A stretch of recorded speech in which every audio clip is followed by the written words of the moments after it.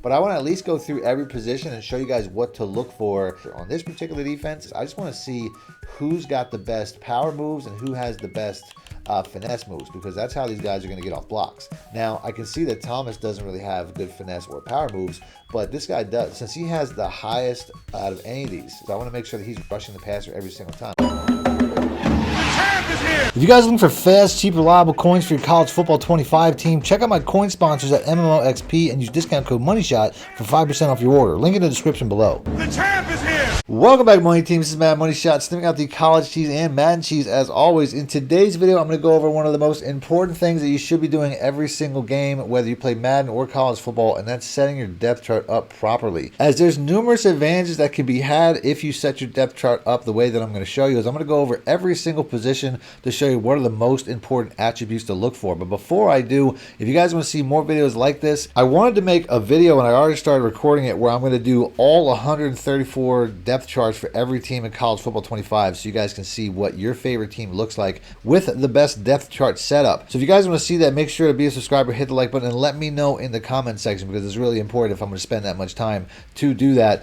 Other than that, if you guys need more help, more money plays, I go over depth chart adjustments in my ebooks, and you can download them instantly simply by clicking links in the description or the top pinned comment. Now, when it comes to setting your depth chart, this can change for everybody, because you want to make sure that you're setting this depth chart to your specific scheme. But I want to at least go through every position and show you guys what to look for out of all these ability traits to try to figure out what's going to be best when it comes to actually setting your depth chart up properly.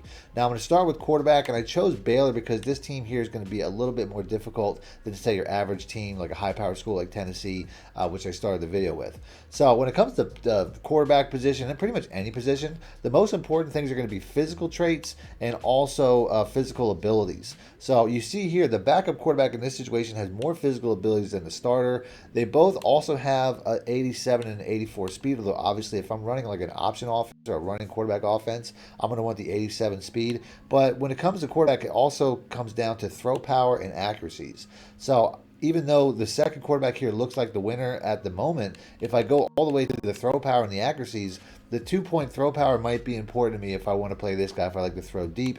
But 91 throw power to me is perfectly fine. When it comes to accuracies, the cutoff for being a more accurate quarterback consistently is 85. So you can see here, Finn once again has 86 short, 85 mid, and neither one of them meet the threshold when it comes to deep.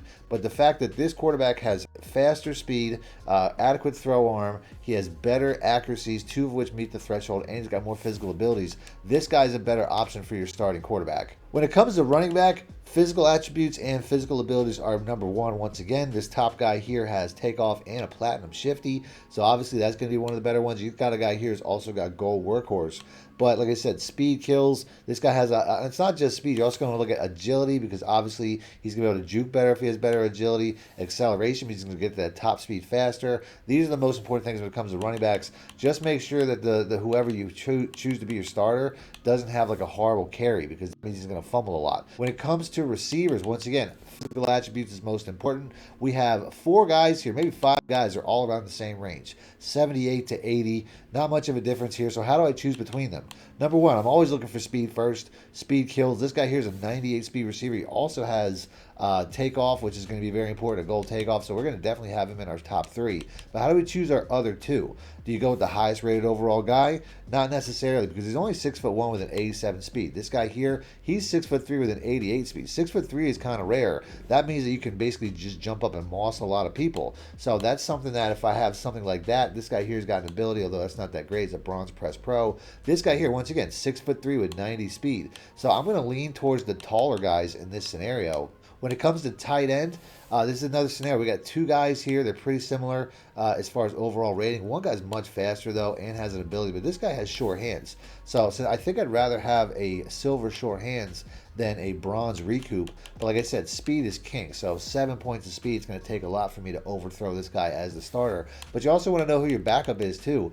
One of the most important things when it comes to tight ends, it's not something that a lot of people really think about, is going to be blocking. Because a lot of times your second tight end, or even your first tight end, is going to be blocking. blocking a lot. So go to your run block stats and just make sure that that's in the right position. Right here, we got a guy that has outside shield I didn't even look at. I want to make sure that I'm using him. He has the highest run block at a 71 and outside shield. So this guy, if I'm running the ball a lot, I want to make sure he's on the field somehow. So I might put him as my second tight end. Now, when it comes to offensive linemen, it's another position where speed is very important. Strength is also well, but when it comes to your edges, if you notice that your opponent's defensive ends or whatever their outside blitzers are just running right around your tackles, it's because they're not fast enough. So a guy like this has a 53 speed. I'm going to put him on the bench. I'm going to switch him around with this 61 speed guy because they're the same overall rating. This guy does have a higher strength, but once again, this is something that comes down to your scheme. If you're mostly running the ball, you're going to want to go with strength all across the line. But if you're also passing, which most times you're going to have to do, you're going to need somebody who's a little bit faster and also has better agility. This 57 agility is probably why this guy's getting beat off the line so badly, is because he doesn't have the physical ability to basically get out and set the edge. So you want to make sure that your tackles typically have that. When it comes to guards, if you run like a pulling, trapping system, then you might want to make sure that your guards are faster too, because a lot of times when a guard pulls, he's not fast enough to get out in front of the running back. The block is worthless. So that's something that can be important, but you also want to make sure you're looking at their individual run blocking and pass blocking statistics, because these here really show you what a guy's going to be good at. Once again, if you're running the ball mostly, you're going to want to favor your run blocking stats. Whoever has the highest run blocking grades, or even impact, if they even have that here, is you got your impact block too. That's going to be important. Strength is about holding the point of attack, but impact is about moving a guy.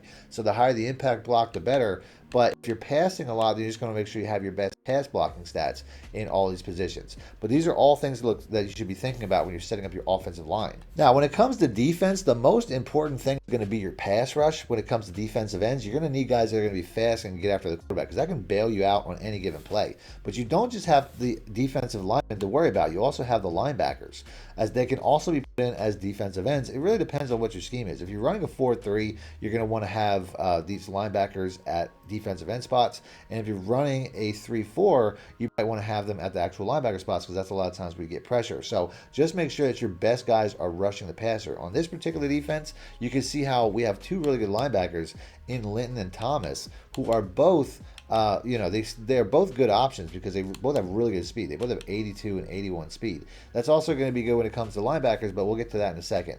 So basically, based on the fact that these guys are fastest, I just want to see who's got the best power moves and who has the best finesse moves, because that's how these guys are going to get off blocks. Now, I can see that Thomas doesn't really have good finesse or power moves, but this guy does. Steve Linton does. So since he has the highest out of any of these, as we also have a guy here that has an 84. That guy here can probably be a starter on one side, but on this other side, we have a guy that has 87 finesse. So I want to make sure that he's rushing the passer every single time. I can also see a guy down here named Randolph who has 82 and 83. So this is another guy. If he's fast, which I really didn't notice, he's going to be a starter on one of my edges. And since he only has 73 speed, he's still in the running because he's still somewhat, he's also got 85 strength, which is faster than this guy. I could easily go with Marshall here as one of my defensive ends because he had an 84 power move, power rush, and 70 speed. Or I could go with Randolph here, who's most likely a backup. He is slightly faster, and he has higher strength. So I'm going to go with this guy because he overall, and like I said, he's already starting somewhere on defense. So I got to go to my linebackers first.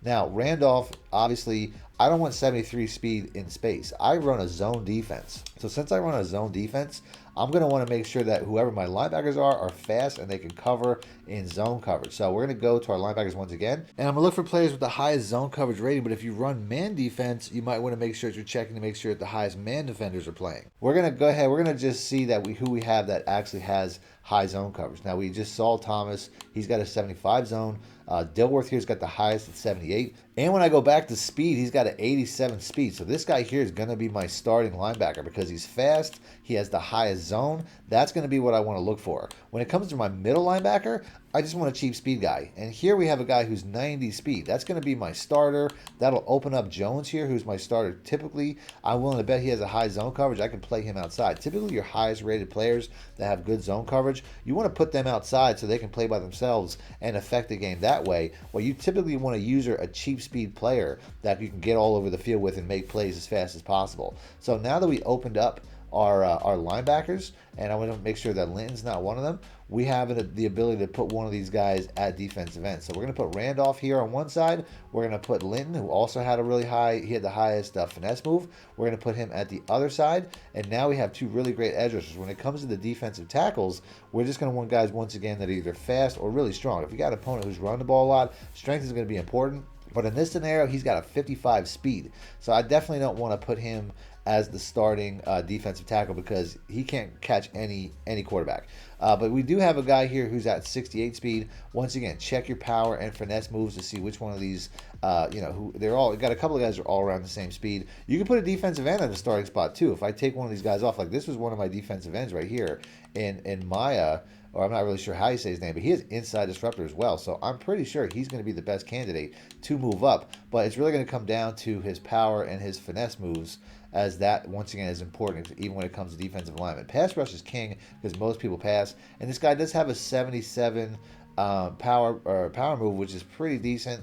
Because he does have good strength too. So it's like he does have the ability to be a run stuffer. Block shit's also important when it comes to defensive linemen, but that inside disruptor is really what's going to make me put him in the starting spot because he does have that ability, even though it's bronze. So I definitely think this guy would be a good option. And just as long as his block shit is the highest. So that alone, like I said, all those stats combined make sure I'm going to have this guy on the field a lot. Inside disruptor, block shed, high strength, good speed, decent pass rush. That's going to be my starter right there. When it gets to cornerbacks, speed's going to be the most important thing, but I like to run a lot of zone defense once again, which I just talked about with the linebackers. So we're definitely going to go over to this spot here, check out who has the highest zones. Our top three guys all have the highest zone, but this guy is an 88 zone. So I want to check this guy out. He's also 6'3". As long as he's got decent speed, he should definitely be in my starting rotation. I'm guessing his awareness is low. He's only got a 57 awareness.